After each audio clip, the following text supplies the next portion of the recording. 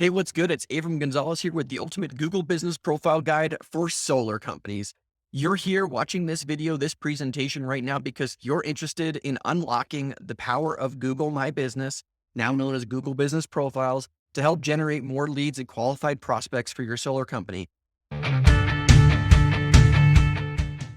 Your competitors are literally leaving money on the table right now because they don't have a Google business listing. We're going to go into a ton of detail during this presentation about what it is that you're really missing out on and things that you can do specifically to move the needle and make sure that you get found online. And so we're going to go through 10 steps during this video. And if you follow each of these, you are definitely going to come out ahead of the pack and utilize this pretty much untapped method of drawing in new business. So if you're like a lot of solar companies, you're out, you're door knocking, you're doing other lead gen campaigns, all kinds of stuff to bring in the sales. This is something that you could do to supplement what you're already doing. And it has some great halo benefits by performing what I'm going to share with you here today during this presentation. So it's only going to help your door knocking. It's only going to help decrease the cost of your lead gen, other stuff that you might be doing, especially online. And it's going to even out the flow of prospects that are coming in through different online channels. So Google My Business, now Google Business Profiles, is the first step to legitimizing your solar business online.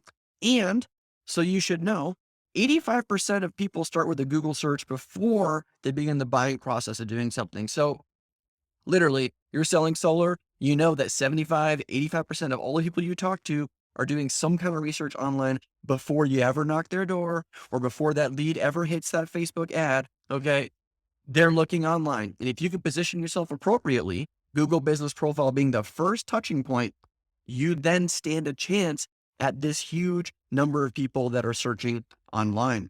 So, like we said here, this is the key piece to getting found online. It's free to get it started. So you can literally follow the steps I'm going to share with you today, get this going for yourself. And if you are interested in helping us take this all the way and really maxing it out, my company, Digital Harvest, can certainly help you do that. But the real key thing that we're going to point out here today is the stuff that you can do that will make a significant impact and move the needle for you. So let's jump into it. We got 10 steps. We have a lot of ground to cover, and doing this one thing puts you in the running for that 85% of traffic we talked about on the previous slide. And if you don't do it, you are simply missing out. So while everybody else is snoozing, you can do this and you can make some strides for your business. The first of our 10 steps here is verifying or claiming your Google business profile, previously known as Google My Business. And this is the first step because if you don't have your Google business profile, nobody can find you online. One of the worst things that can happen is somebody Googling your solar company's name and not being able to find a Google business listing with information, with photos, with reviews, contact info, all that stuff. If they can't find it, suddenly you're on the back foot and you're not looking quite as legit as some of your competitors. So the first step is verifying or claiming your Google business profile. I'm going to show you basically how that works. So first step is, right, understanding why you're doing it. Okay. People need to know all this important information about you, how to contact you, when to contact you, where they might find you, if you're open or closed. The way that you can tell if you have a Google business listing or not is by going to business.google.com. Okay. Business.google.com. And if you're logged into Gmail already, you're going to know right away if you have a Google business profile or not. So assuming that you do not have that Google business profile for your solar company, the next step is to actually get that process going. So if you go to business.google.com, there's also other YouTube videos and stuff you can check out that walk through this process. You can begin to get the verification going, meaning Google's got to double check and make sure you're a real company before they give you this Google business listing. Okay. So you must have a physical address where you can receive mail. You cannot do this with post office boxes. You cannot do this with like Regis and other shared office spaces.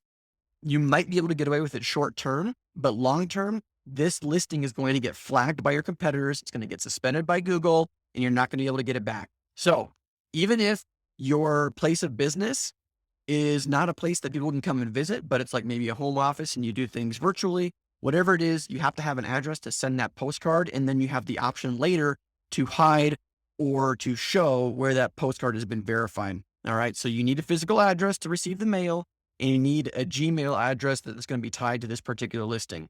You're going to start that verification process. Google's going to walk you through it. You're going to fill in all the information, name, address, phone number, the city, state, zip code, all that stuff. So once you get the postcard, it's going to look like some spam mail. Okay. It's going to look like junk mail, but inside it's going to say from Google. You're going to open it up. There's going to be a verification code that looks something like this. You're going to take that number, come back to business.google.com, plug that number in, and then it's going to verify your Google business listing. Now, we talked about claiming the listing as well. It's the same exact process. So sometimes it's the case that either a previous staff member or maybe another marketing company created this listing for you. You can also follow this same process to claim it back from them, and Google will walk you through that process, whether it's a postcard verification or something else. They're going to walk you through what you need to do to get that to come to you. Now, at the time of recording this video, Google's just having some issues with their postcard system, and they have been for some time. In many cases, we have to request these cards 2 times or 3 times from Google in order for them to actually show up. So be patient. If it doesn't come within a week, request it again. If it doesn't come within another week, request it again, and just keep going. I promise it's tedious, but it will work and it will get your listing verified or reclaimed for you. Okay. So that's really the key to getting your business verified on Google. Here's step 2 out of 10 of the ultimate guide to Google business profile optimization for solar companies. Here, we're talking about choosing the correct category for your solar company as it shows up in Google search. This is a big one that a lot of companies mess up and get wrong. I'm going to give you the keys to the kingdom right here, right now. So why do you want to care about choosing the right category? Well, it's literally like if you think about going to the library and looking for a cookbook, but you find it somewhere else, maybe in the history section. It wouldn't make much sense to have that cookbook in the history section now, would it? The same thing's going to be true with your Google business profile for your solar company if it's in the wrong category. If it's in the wrong category, people won't find it when they're searching for companies like yours. So I'm going to reveal to you right now the best categories for solar companies as it comes to their Google business profile and how to figure out if yours doesn't fall in this category, what the right one actually is. So if you do a quick search, for example, solar companies, San Francisco, or do a search for solar companies in your city, what you're going to find is the top results on the left-hand side of the page. And you can see here outlined in the orange that the category for most of these is either solar energy company or solar energy equipment supplier. Now, a lot of folks get this messed up, get this wrong because they're choosing solar energy contractor. Now, what you want to do is do the research and figure out what is the primary category that's showing up inside of Google search when you look in your area. Whichever one is popping up more than all the others is the category that you should choose for your business. So if you see most of the competitors showing as solar energy company, you should match that and choose that as well.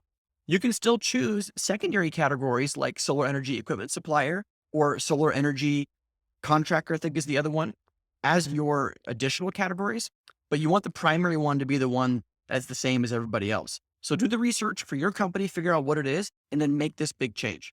Step 3 out of our 10 steps for the ultimate guide to Google business optimization for solar companies has to do with your service area and choosing the right service area. A lot of companies get this wrong because I think they get a little greedy. They want to be able to get as much business as possible, and they choose these huge service areas, maybe across the entire state they're in or multiple regions, and it doesn't really make sense. Okay, the reason it doesn't make sense and why it's important to pay attention to this piece is because really what we're trying to do is choose what is a legitimate service area. So a customer looks you up online, they see where you serve. If they fall in that, they're going to be excited about having you come out and do an install on their home. Okay, so you can communicate what your real service area is, not where you'd be willing to go to. Okay, it's not going to make sense to choose a huge service area because Google's really only going to show this business listing to folks that are searching in that city that you're actually located in with that listing. So if we look at some examples here in a moment, we're going to see it makes sense to choose an area that might surround the metro area where you're in, a couple of those suburbs and stuff. What doesn't make sense is choosing a service area that reaches maybe an hour or hours away from where you're at, because Google's never going to show that listing to people in those cities anyway. So when it comes to do's and don'ts for this, what you do want to do is choose a service area where you actually want to target. The more specific you can be, the better, because it's more accurate for searchers that are looking for you. What you don't want to do is cast too big of a net, because it's going to dilute the power of this listing, because you're trying to be everywhere at once versus just the area where you're operating right now. So think about it as well. Do you really want deals hours away from you, having to spend more money to actually render that service? Maybe it's your installer doing it and you don't really care. But let's just think about the reality here that Google is only going to show this profile to people in the area where they're actually searching. If we look at an example of a good versus a bad service area, what we have in front of you is an example of a good one. I live in Albuquerque, New Mexico. This is the example that's up on the screen. A good service area includes all of Albuquerque, and then it would include some of these other areas that are around. It'll reach up to Rio Rancho, reach up into Corrales, some of these other, like, what would be considered suburbs of Albuquerque. And you should do the same thing for your solar company. What you should not do is choose a service area that's like the entire United States, or all of the entire state that you're in. What would be a better move is to get other Google listings that pertain to those specific areas. So these are some examples of good versus bad service areas. What you really want to do is focus where you're actually at, get other Google business listings if you want to target further than the actual cities that you're in. Next up here, step 4 out of 10 in our ultimate guide to Google business profile optimization for solar companies. In this video, we're going over the basic info that's required for you to show up in Google search. This is the stuff that most people skip on. They're not doing it correctly. And I'm going to give you the keys to the kingdom here in the basic info section for how you can really max out your Google business profile so that you can show up more in relevant searches. So if there's one piece that you take away from today, this is going to be an important part for having success with your Google business profile. So let's get into it. First, let's talk about why this is important. Then we're going to give you some examples, and I'm going to give you the keys to the kingdom for really maxing this thing out. Google only knows as much about what you give it in what it will show up for searchers. So if you don't give Google any information about what it is that you do or offer, it's not going to show your Google business profile to searchers. So what that means is the more information that we give it, the better it's going to be. Consumers tend to trust solar companies more who have more information on their page. That includes their photos, which we'll talk about in another video, another section of this presentation. But we're going to focus now on this basic info. Okay. So first, we have the business name. Pretty clear here. It should match exactly what your business name actually is. I'll give you a bonus tip here. If you have the word solar in your company name, that's going to go really far for your results in terms of how much you show up in search results. If you don't have solar in your name, you don't get to participate in this piece, but you do want to have your exact business name as it is here. You do not need to put Inc. or LLC or anything like that on there. Second is the business category. You want to see the step number 2 of this ultimate guide in order to dial that in and choose the correct category. Your location is going to be either hidden or shown on search, depending on what you select here when you verify and create the listing for the first time. So what you want to do is, if you're meeting people at their location, you want to hide your actual business location. However, if you've got people that are coming to your location, like you have a shared office or something like that, that's where you would have the visible location so that customers could actually come to you. The last thing, we covered this in step number 3, is the service area. So a lot of solar companies, you're going to have your office, which is listed and it's visible online. Then your service area, you're going to also choose where you're actually serving. And we created some great information for you on that in step number 3. Moving on, we got a lot of stuff to cover here for basic info, is your hours. So choose actual hours where you're going to have somebody pick up the phone, not an answering service, somebody that's going to actually pick it up. You're not 24 hours. Let's stop pretending that you are. Even if you take appointments in the evening, maybe the office hours are a little bit different. You want to choose times where you're actually open and stick to that. Also adding in special hours, which include holidays and things. That's always important to do so people are not hitting you up when you're actually closed. The phone number that you choose, it's really important that this phone number is consistent with what's on the website and other places online. It's also important that you have a phone number listed that is local to the area. So whatever the locals are using as their phone number, if you're like a multi-regional, multi-city company, you don't want an 800 number on here. You want a local number that forwards to your 800 number, so that way it actually matches what other businesses have in the area. If you do a scan of the Google business profiles in your area, it's going to be very unlikely that you'd see any of them that have a phone number that's not local. So that's a big tip for you here today. The website URL, also very important.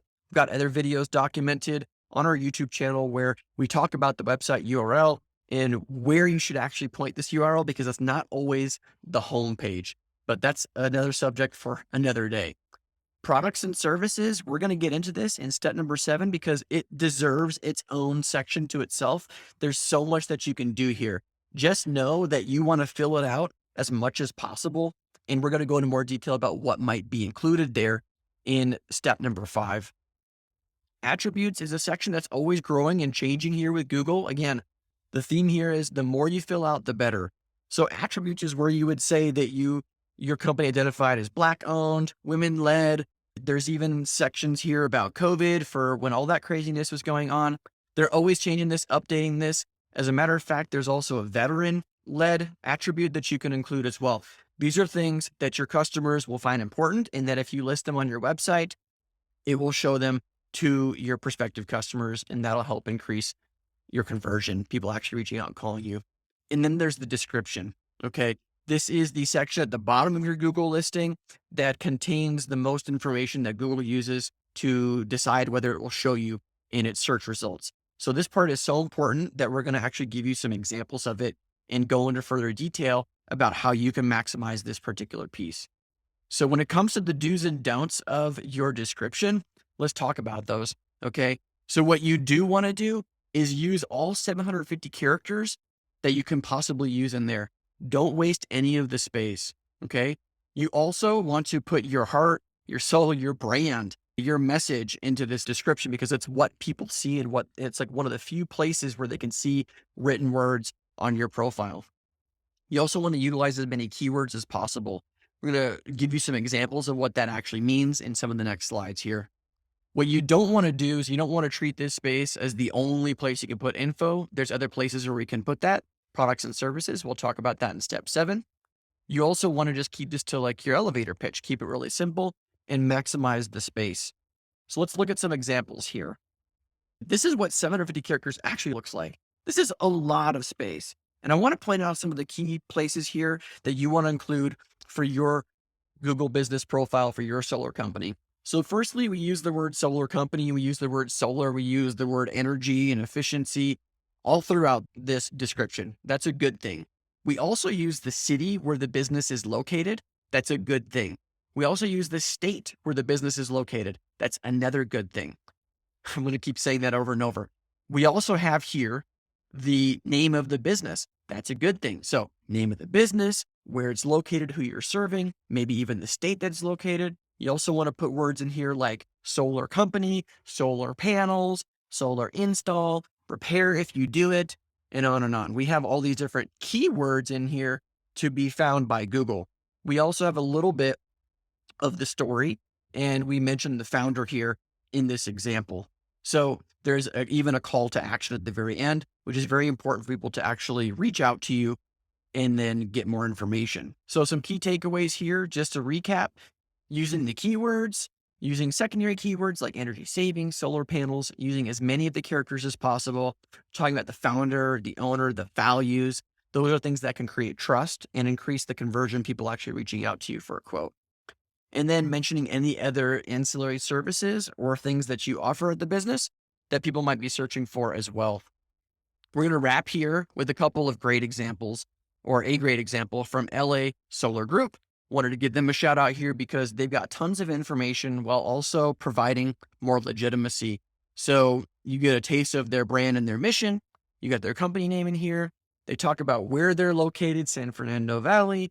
They go into more detail about what they do. They also offer roofs, battery storage, etc., financing, all these things. If we're to nitpick this a little bit, the one thing I would say they're missing is the specific call to action, but they've done a really good job at focusing on the rest of these things here. So in summary, there's a lot that goes into your basic info for the Google business profile. We've given you a huge leg up here as in terms of some ideas and things that you can use in yours. Go out and finish the whole thing up and you're going to stand a better chance of showing up in search results than any of your competition.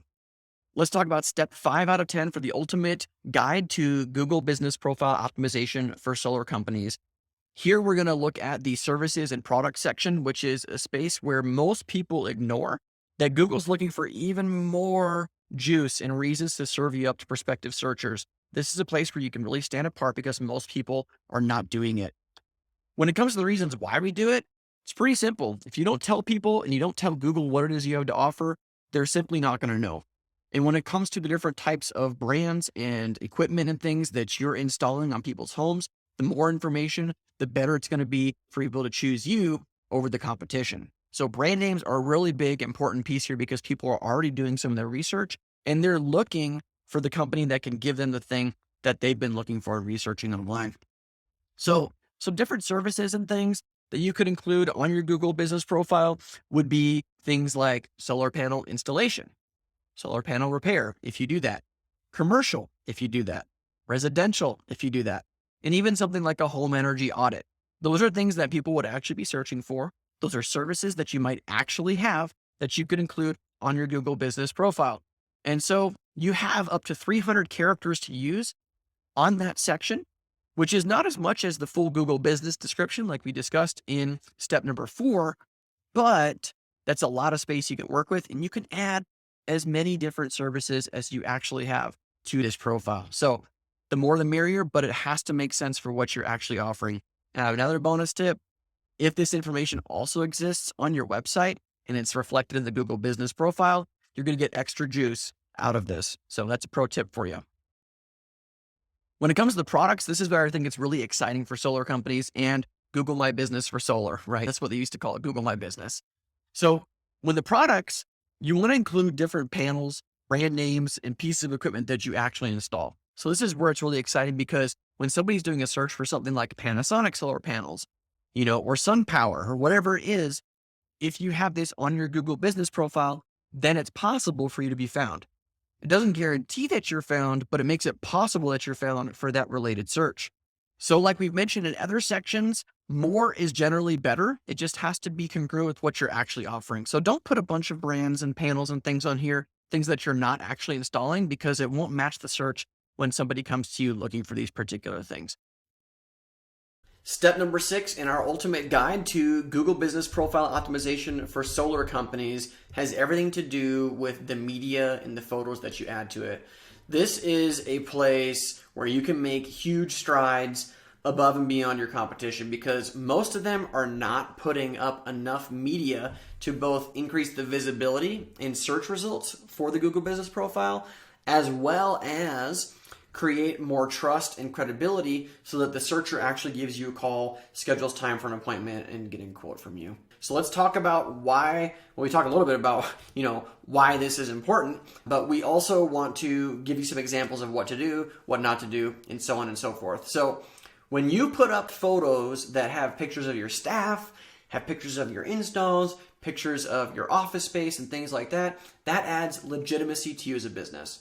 And when people are spending tens and thousands of dollars, even if they're financing it, this is a big decision for most homeowners, and they need to know that you are a business that they can trust. And if you don't have this information, people's minds start to go into all the reasons that they shouldn't trust you. So putting this stuff as a priority and putting it ahead of other things is important because it will help transform multiple areas of your business, including every step along the sales process. So that's why this piece is so important, and it has a lot more to do than just the Google Business Profile and its effectiveness, okay? It has these overarching qualities that affect other parts of the business. So that's why it's important.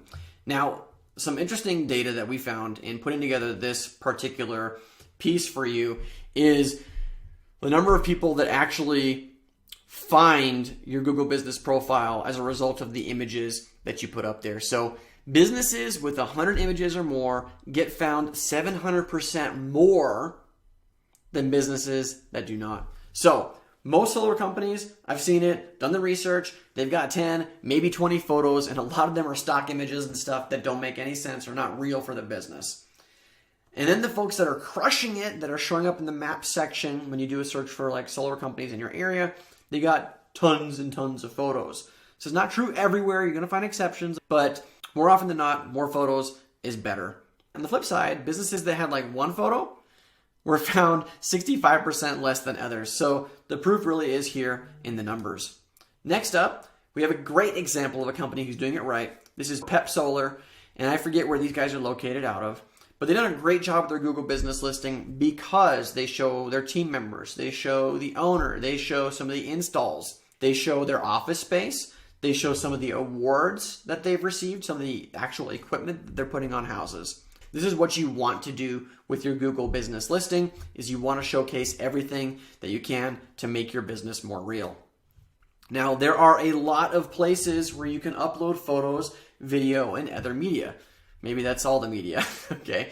And I'm going to go through some examples of each of these things here, and then we're going to talk about some do's and don'ts if you're wondering about what size files you can use, what types of photos maybe you can't use. We're going to go into more detail on that.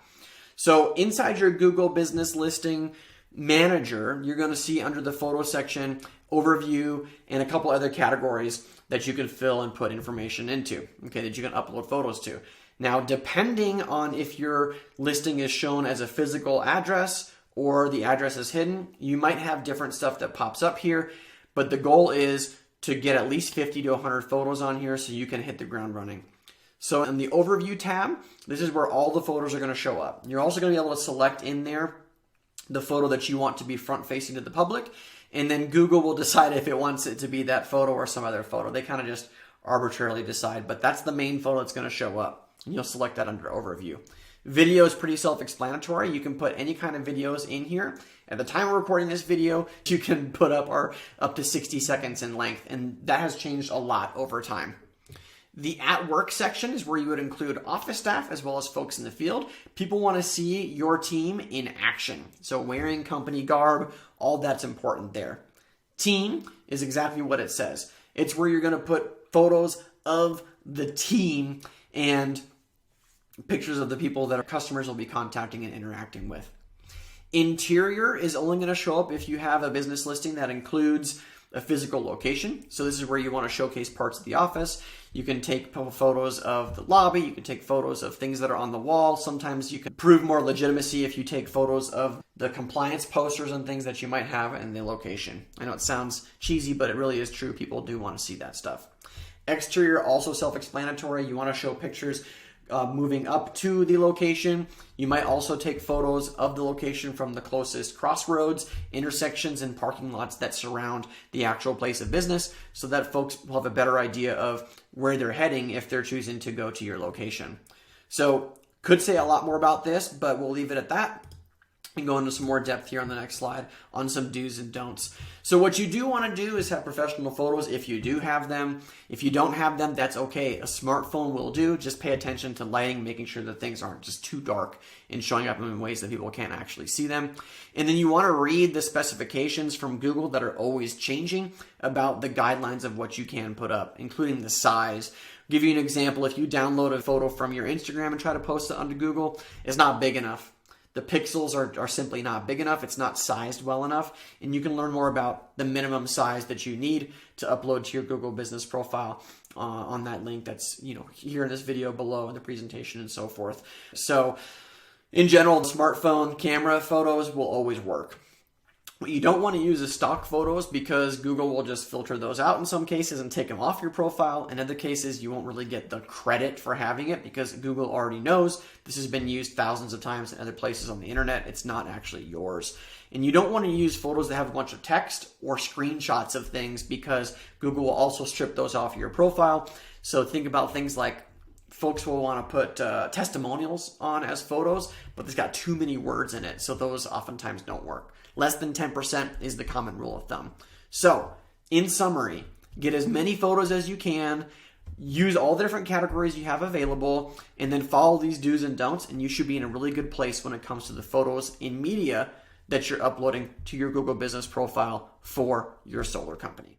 Next up, we have step 7 out of 10 in our ultimate guide to Google business profile success for solar companies. And this has everything to do with reviews. So It's no secret that reviews are a really important part of the decision-making process for most consumers. They're getting online and they're looking you up, whether you like it or not, and you want to put your best foot forward. So there's two reasons why reviews are important. We just mentioned one of them. The other one is that all of the things being equal, solar companies that have more reviews will show up more in search than companies that don't. Again, that's all other things being equal, and you can't always tell what the differences are between your profile and somebody else's. I mean, we can as the experts, but all of the things being equal, more reviews is just generally better from a conversion standpoint. People actually picking up the phone to call you, or they're already in the sales process. They go online, they look you up, and they go, oh, this really is a good company I can trust. Conversion, it's going to help you out. It's also going to help you out with the Google algorithm getting shown to more people because the reviews are there. Google takes that into account and will actually serve your profile up to more searchers. So the stat we found from Rocket Digital is that 88% of consumers will consult reviews before making a purchase. You bet your bottom dollar they're looking you up online. This needs to be set up the right way. So there's a couple ways to get Google reviews. One way is the old-fashioned way, just asking people for reviews or hoping and praying that they're just going to leave you a review out of the kindness of your heart. The new way to do it is to actually use systems and automation to do that. We do that here at Digital Harvest. We can certainly help you out with that. But essentially what you want to do is you want to have an automated way for a customer to be asked to leave a review as soon as the install is completed. At that point, excitement is usually the highest. They're going to leave you that good review, but you got to ask for it, because if you don't, they simply won't. And if you don't have a system that comes back and reminds them over and over to do it, because life does get in the way, they probably won't do it as well. Okay, so that's the funny thing about reviews. You gotta kind of ask people for them. You gotta ask them over and over again. So something that we're going to do in step number 9 is we're going to go over how you can actually respond to these reviews through the mobile app. It makes it really, really easy. The other thing that you can do, as mentioned, is just hook a system up to your CRM to get those reviews. And what you also want to do is make sure that you respond to every single one of them. This is yet another factor that Google is looking at when it ranks your Google business profile versus other solar companies. So responding to the reviews shows that your business cares. It shows that you're active, and Google's going to rank you higher than those that are less active. So you shouldn't be afraid of a bad review, and you should also respond to every single review. So I'm going to give a shout out here to New Mexico Solar Group for this great review and a really well documented response that says from the owner. Okay, and so here you can see the customer left a positive 5-star review, and at the same amount of time, so 7 months ago, and then the response was closely timed to that review. So again, it shows they were on top of it, and it also shows other customers that you're on top of it. So here we have an example of a bad review. Again, I want to encourage you to not be afraid of bad reviews, because this company, SolarWorks Energy, another company that's here in my backyard, Albuquerque, New Mexico, did a really great job responding to this negative review. And what they did here is they really just empathize with the customer. They're doing everything they can to make it right. And they're also doing their best to show to the rest of the world who's going to read this negative review that they're on top of it, that they're always going to make it right. So your 5-star reviews, people always filter for those, and that's your opportunity to showcase your customer service, to showcase that you care and that you're taking care of the problem. Of course, you also want to reach out to the customer and make it right, in addition to responding online, but the real value here is that people are going to see this forever. And if you show up in the right way, they're going to further trust you, and you can turn that 1-star review into a sales generating machine for your business. So what you want to do is you want to respond to them. And Rocket Digital, another place that we've cited in other sections of this presentation, showed that responding to a negative review in the right way can increase conversions by 67% if done well. So that's a huge benefit for your company. So we're going to wrap up here with some do's and don'ts of responding to those negative reviews. So of course you do want to respond to them. You don't want to just leave them hanging. You of course want to reach out to the customer, make things right if you can. Sometimes people are just being trolls and you can't do anything about it. If you get a bad review that's from a competitor, for example, or a past ex-employee, there's also not much you can do about it except for go out and get more reviews, which is why we recommend setting up some kind of system to get those automatically. And you of course want to do whatever's in your power to make it right. Don't be afraid of it. Don't get emotional or take it personally. Sometimes it's best to let a review sit for a day if you have to before you respond to it. Because if you show any kind of anger or frustration in your response, that response lives forever and everybody's going to see it. And they're just going to think that your company is unreasonable and blaming everything on the customer. And that's just not going to work for your overall brand reputation. So reviews are a huge piece of the puzzle when it comes to Google profile domination. And you need to follow these best practices in order to stay on top of it. We're rounding the final bend here with step 8 out of 10 for the ultimate guide to Google Business Profile success for solar companies. And here we're talking about Google Business Posts. It says here GMB Posts. They used to call it Google My Business. Now it's Google Business Profiles. It'll still take some getting used to. But the reason Google Business Posts are really important is because other companies are not doing it. Okay, that's really the biggest opportunity set here is other folks are not doing it. And when you do this, you get more power and more visibility through that Google business listing. And so this is just more opportunity to give Google extra information about your business and what it is you're doing, the areas that you're serving, and more.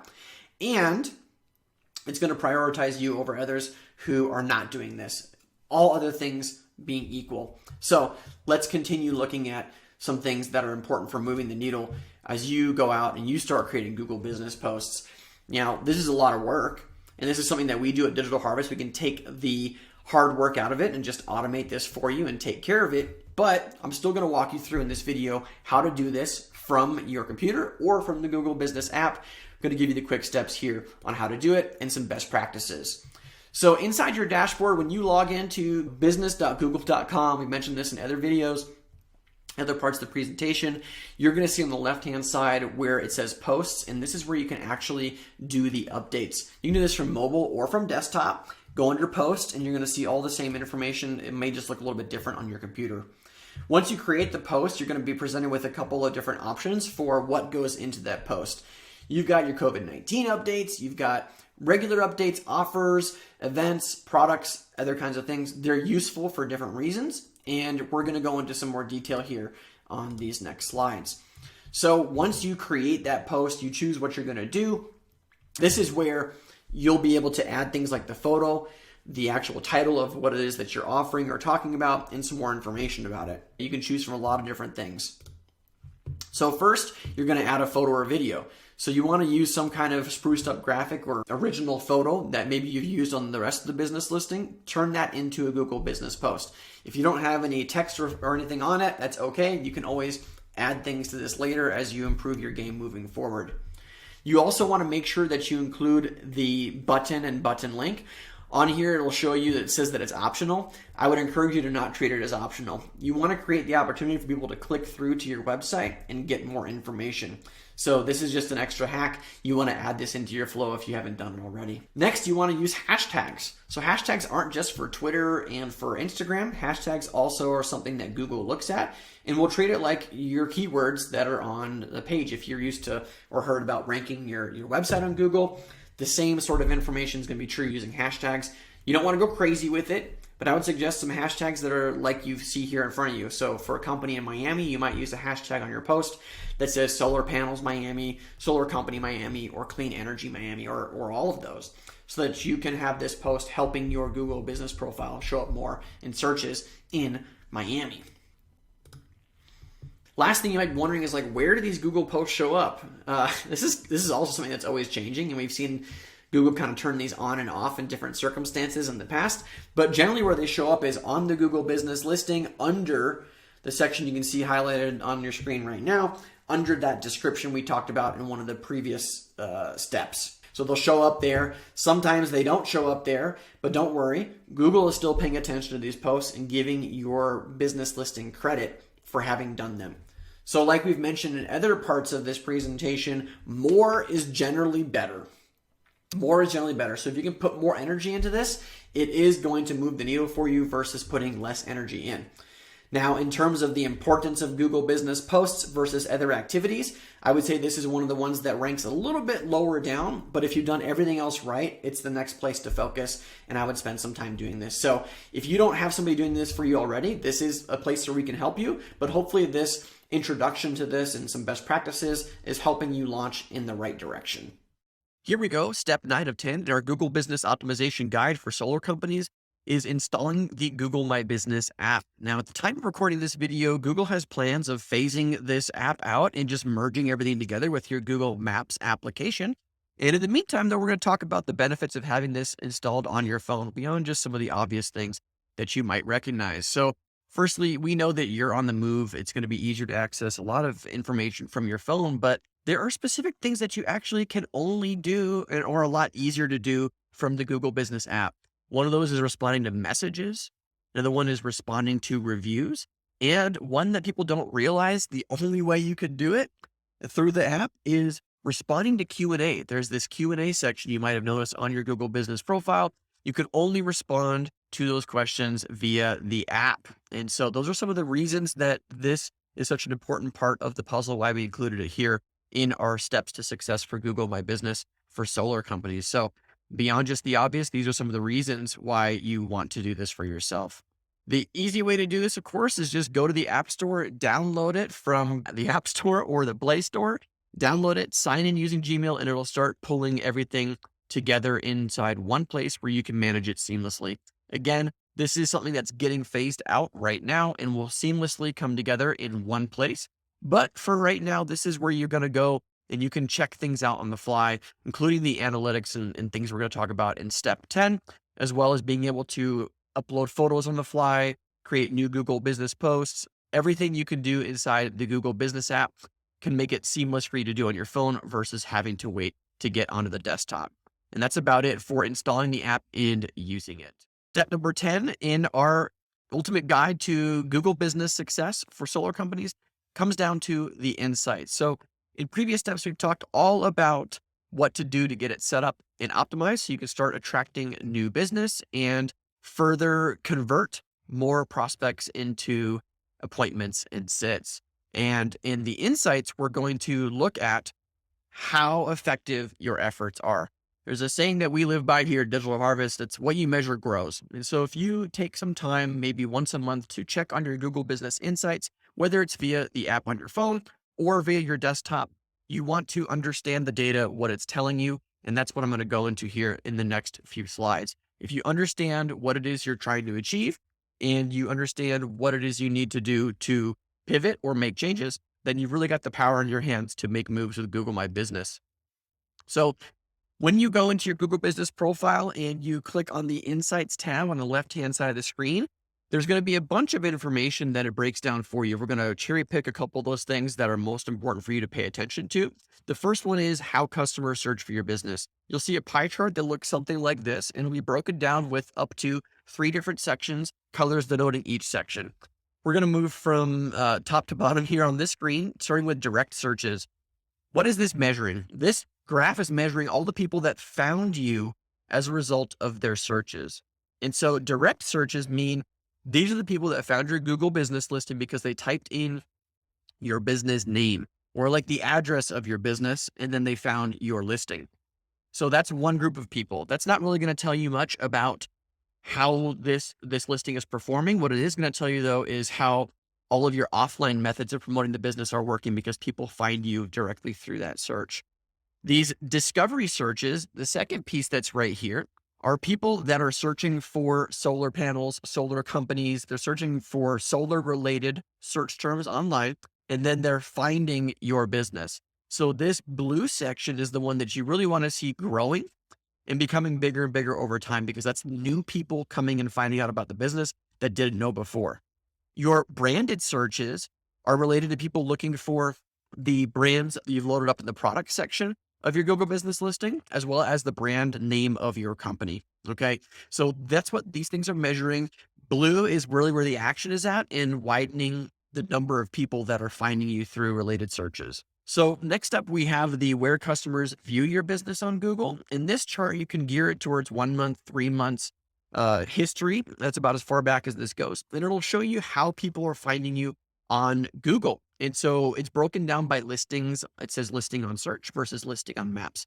Listing on search relates to somebody who is specifically using the search function on their desktop, or they're using Chrome or Safari on their phone to do a search. That's where that data is coming from. Where the listing on maps data is coming from is when people are using the maps function on their phone, the maps app, or they're using the maps.google search function on their desktop. So that's how this data is split up. And so those two combined give you all the metrics you need to know about people that are finding you. And you can see the spikes. You can see, times when traffic was higher than others. And so what you want to see over time is a steady growth over a period of time. You're going to see lots of spikes, and this is the same across all of our different clients. The next section that you're going to want to pay attention to is customer actions. What this tells you, it's broken down into a couple different sections. You're going to see people that visit your website, people that call you. And if you've listed a physical location for your business, it'll also mention the driving directions, people that are coming to your place of business. So probably less applicable in solar than other industries. And so this tracks the actions, the things that are probably most important to you as a business owner are the phone calls, website visits. Those are going to lead to booked appointments and closed deals. And so really you're going to want to pay close attention to this. And again, you can scroll through last month, last 3 months and such and see the data over time. Another piece here is the phone calls. And so this graph for us is looking a little sparse here, but this shows the number of phone calls that you received. It also will help you determine the call volume and when people are calling. So you might discover that Mondays and Tuesdays, like a lot of our clients, are the busiest times of week for people to be calling in, and things really taper off, especially into Friday. Very few people calling in and either requesting quotes or requesting, service and things like that. So how does that help you as a business owner? Well, it can really help you plan for your office staff and administration, how to handle these calls and when they need to be most available in order to do that for you. This screen's important, more important than maybe you think it is. It's the photo views and photo quantity screen. I'm going to move my face here. And so what this is going to show you is going to show you really how you stack up against competition. So Google's always going to show you where you're at in this section and where other people are at.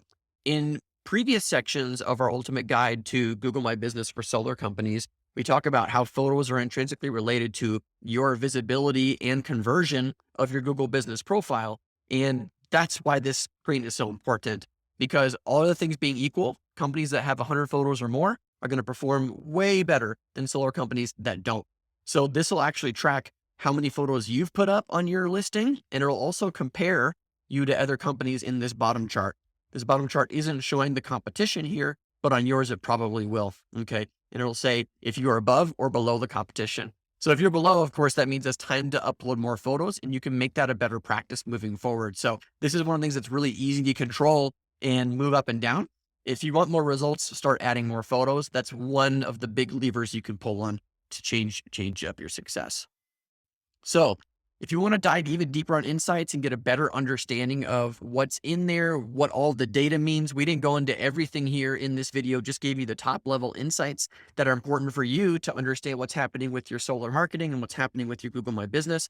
You can check out the article below this video and wherever it is you're seeing this video right now, and read up more about insights and how to take full advantage of those. So at this point, you might be wondering what's next. So we've gone through this 10 steps of Google business optimization for solar companies. And really what I want to help you understand is this is the beginning of the journey, right? And whether you started at step 1 or step 8, you now have more tools and strategies that you can use to help build your visibility on Google search. Google My Business, now known as Google Business Profiles, is a free service by Google. And you can do everything that we talked about here in this presentation today, apply it to your business and take that to the bank. However, if you want to take that a step further, you need to understand that this is the beginning. Solar companies across the nation are spending tens of thousands of dollars to reach their marketplaces and drive more leads, drive more success through their sales organizations. And so just optimizing your Google business profile may give you the lift that you want in the short term, but long term, the efforts that I described here in this video are only going to take you so far. Google My Business is the first step in your online journey for showing up in Google search results and garnering more business from folks that are searching for solar. And this is just the beginning. Here at Digital Harvest, we offer a ton of different services. I'm not going to go into that. You can click the links above and below this video to learn more about what we do. But basically everything covered in this video and more are things that we offer to our clients and create that white glove service where you literally don't have to do anything except for show up for a monthly meeting so we can report to you all the stuff that has been going on in your organization in terms of the online quest for dominance. Okay. And so if you want to take it a step further, we'd love to chat with you and help you on that journey here. You can reach us by phone. You can reach us via the contact form on our website, and also go ahead and follow us on social media for more information that can help you grow your solar business. We just want to be a resource to you, help you succeed and thrive. And if you decide that you want some extra help and support, we're more than happy to help you here on the back end and set up that conversation to move forward. If you got questions, dump them in the comments below. We'll do our best to answer those. But until next time, we appreciate you watching. Give us a like, give us a follow, share this with somebody that you know could benefit from it, and we'll catch you on the next one. Bye for now. Thanks so much for watching today's video. Make sure to go into the description below this video and grab all your free downloads. If you like this video, you'll probably like the rest of them on our YouTube channel. Go ahead and check them out, subscribe for more, and we'll catch you on the next video. Bye for now.